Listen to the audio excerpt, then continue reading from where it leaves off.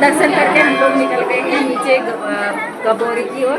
ये चंदा भी आज पहली बार है। कैसा लगा चंदा? बहुत बढ़िया। मंदिर में भीड़ बहुत थी ना? बहुत ज़्यादा। आज भीड़ भी कम है, भगवान के दिन तो और ज़्यादा होती है। और आज भीड़ इसलिए ज़्यादा है क्योंकि आज बच्चों की छुट्टी है स्कूल की, तो सभी बच्चे आज यहाँ आए हुए हैं, इसलिए भीड़ ज़्यादा है। पंडित जी लोग भी आए हुए थे पाठ पढ़ने के लिए सब लोग। ये गबोरी के लिए रास्ता यहाँ से घंटी को बजाते हुए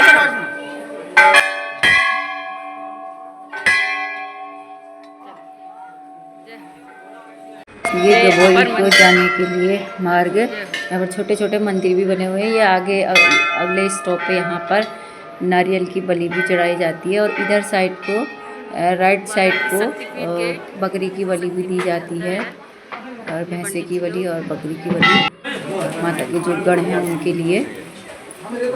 माँ बाराही शक्तिपीठ गबोरी में भीड़ बहुत थी अंदर जाने के लिए, नंबर जैसा लग रहा था, लाइन लगी हुई थी। हम लोग भी लाइन में लग गए थे।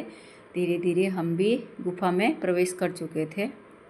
ये गुफा विशालकाय पत्थरों के बीच से होकर गुजरती है। बहुत बड़े बड़े पत्थरों से, शिला से बनी हुई गुफा है ये। अंदर भी, और अंदर सारी फैसिलिटीज़ हैं, लाइट्स वगैरह भी है और सीसीटीवी कैमरा भी लगे हुए हैं ऊपर। इतनी विशालकाय शिला, इन शिलाओं से ये गुफा बनी हुई है। फाइनली हम लोग गुफा के अंदर प्रवेश कर चुके थे। यह जो गुफा है शक्तिपीठ है, 51 शक्तिपीठों में से एक शक्तिपीठ माना जाता है। इसकी मूर्ति को तांबे की पेटी में रखा गया है क्योंकि ऐसा माना जाता है कि यदि कोई इसे सीधे देख ले तो उसकी आंखों की रोशनी चली जाती है। माँ बाराही को शक्ति के विभिन्न रूपों में से एक माना जाता है। उन्हें भगवान विष्णु के वराह अवतार से संबंधित माना जाता है और उन्हें देवी दुर्गा के एक रूप में भी माना जाता है। माना जाता है कि इस मंदिर की स्थापना 11वीं शताब्दी में हुई थी। जय माता दी। नमो दुर्गति नाशिन्ये मायाए ते नमो नमः। नमो नमो जगद्धात्रे जगत्कर्ताये नमो नमः। नमस्तेस्तु जगन्मात्रे कारणाय नमो नमः। प्रसीद जगतां मातः वाराहे ते नमो नमः।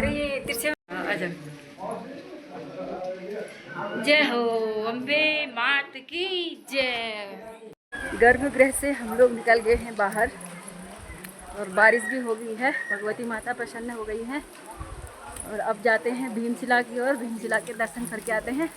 अब यहाँ भीगना है तो भीग ही आते हैं, कोई बात नहीं। वाराही धाम देवी धुरा की जो भीमशिला है उसका अपने आप में पौराणिक और आध्यात्मिक महत्व है। कहा जाता है कि अज्ञातवास के समय पांडव यहाँ पर आए थे निवास करने के लिए, तो इस शिला में आए थे चौपड़ खेलने के लिए। अभी आपको शिला दिखाते हैं, ये तो धर्मशाला है। तो उस शिला में चौपड़ खेल रहे थे, तो उनकी चौपड़ को देखकर एक ग्वालिन ने उनका उपहास किया और उपहास करते हुए जब भीम ने देखा, भीम को क्रोध आ गया। भीम के क्रोध को देखकर ग्वालिन इस शिला में समा गई थी। तो उस ग्वालिन को ढूंढने के लिए भीम ने किलमाड़ू की तलवार से शिला पर प्रहार किया था। शिला 2 हिस्सों में बट गई थी और फिर उनको अचानक से ध्यान आया कि इस शिला के ऊपर मेरे भाई लोग भी बैठे हुए हैं। तो अपने भाइयों को बचाने के लिए उनने एक बहुत विशालकाय शिला यहाँ पर ये रख दी है जो दिख रही है। तो इसमें 5 उंगलियों के निशान भी उनके हैं और चौपड़ खेलने की स्थान पर उनने जो है चौकी भी बनाई हुई है, चौपड़ की चौकी। और बहुत सारे रहस्य जो है इस पत्थर के पीछे छुपे हुए हैं।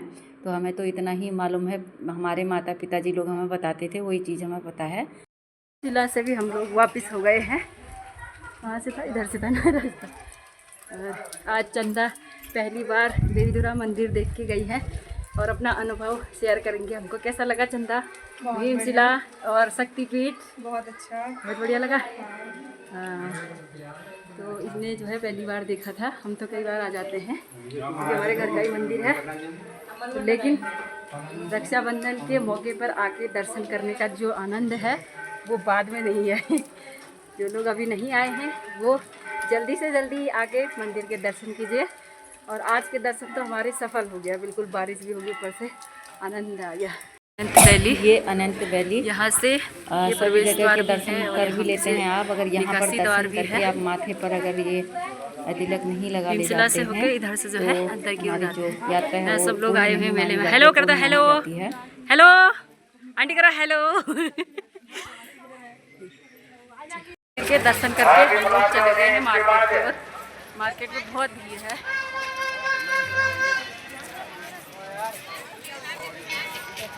यहाँ बच्चों के लिए अनेक प्रकार के झूले वगैरह भी आए हुए थे। बच्चे क्या बड़े भी झूल लेते हैं। अभी भीड़ काफ़ी बढ़ चुकी है मेले में। यहाँ पर 30-30 रुपए की सेल लगी हुई थी। हमने भी थोड़ा बहुत सामान लिया, ज़्यादा तो कुछ नहीं लिया। कंघी वगैरह हमने खरीदी, थोड़े क्लचर वगैरह, और कुछ नहीं। मार्केट में भीड़ इतनी थी, भीड़ के साथ साथ बारिश भी हो गई थी। बहुत ही इरिटेट हो गए थे हम लोग। एक समय था जब मेला बहुत अच्छा लगता था, लेकिन अब भीड़ से किस समय भागे हो जाती है।